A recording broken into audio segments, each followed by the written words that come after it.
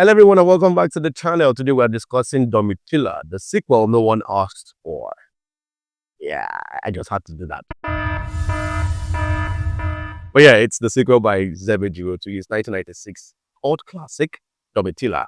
While I joked about it, the truth is I don't think anyone expected the Domitilla sequel.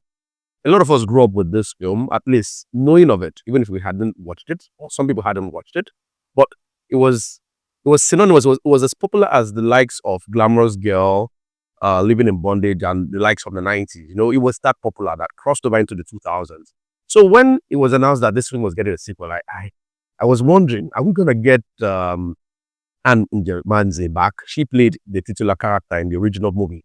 And amongst other things that were crossing my mind, like how are they going to adapt this thing? I mean, prostitution is, like they say, the oldest profession known to man. I was surprised we're going to get a story about prostitution. You know, I was just thinking, how was it going to be applied in relation to how the original one went? Ladies and gentlemen, let's just say this sequel is a standalone movie.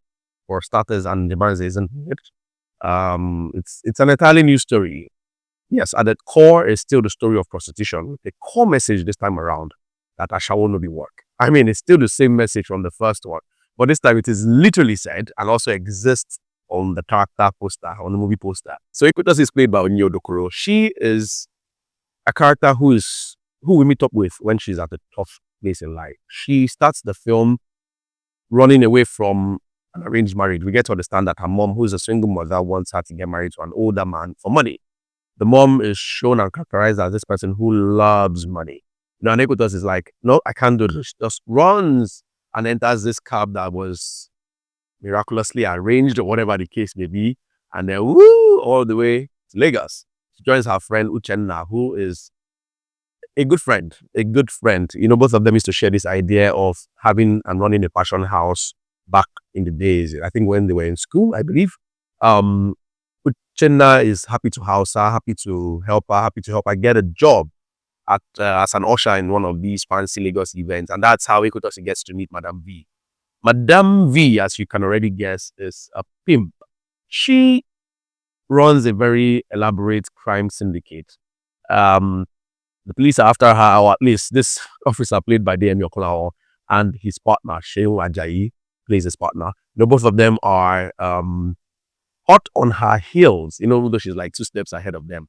Madame V is played by Elvina Ibru. In her characterization of this character, you know, the way she brings it to life is, it is something. It draws you in a way, you know, with her mannerisms, her faces, her use of the word delicious. There's a way it rolls up her tongue nicely, you know, that just gets you wrapped in, sucked in as she brings this character to life. I think it's one of my favorite of hers. Add this to that one from Bling Lagos, especially like 1% to 1%. And I really, really enjoyed this.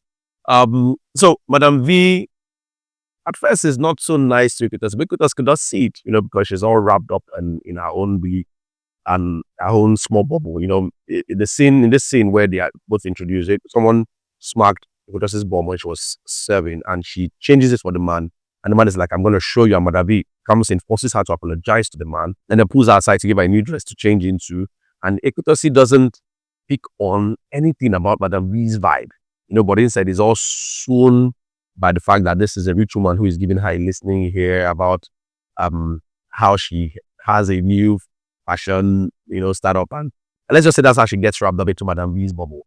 Now, Madam V does this for a living. She gets girls who are desperate or at the point in their life where they are desperate for something. She offers it to them and takes ownership of them, you know, servitude for life. She does it with this character, Tega, played by Ejiro Onojaife. She does it with Fishayo, played by Teniola Aladese. She does it with Uzomaka Power's character. Who else? There are a couple of girls. And there's something I really liked about how this film fleshes out these ladies, you know.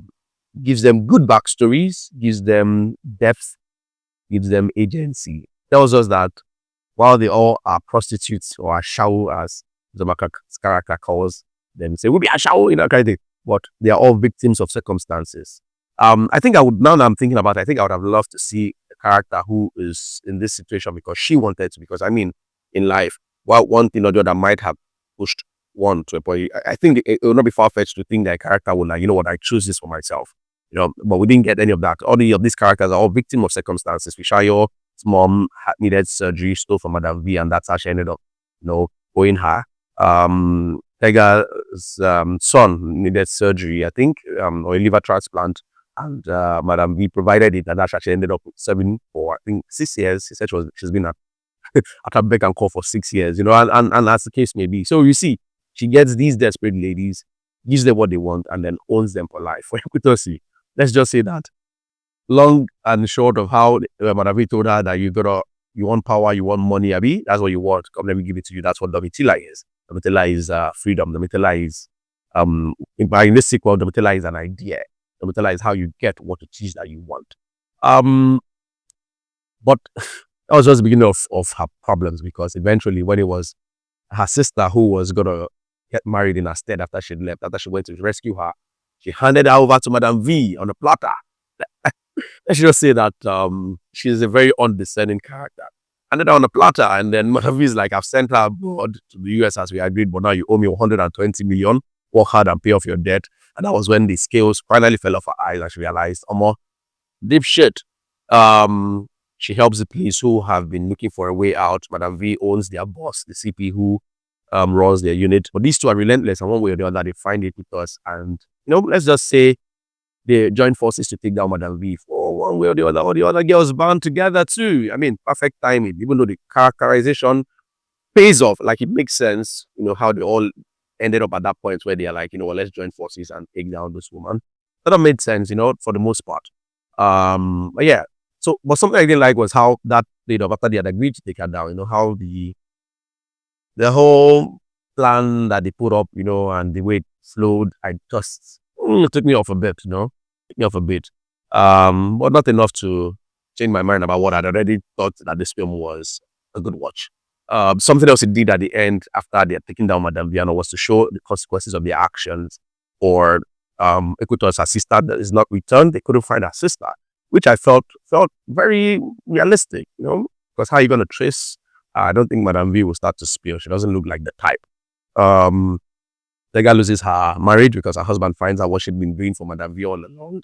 Fishayo's bomb, yes, to deliver her from the demon that has possessed her, So basically, these characters are faced with consequences of their actions. One of them even loses her life, and it felt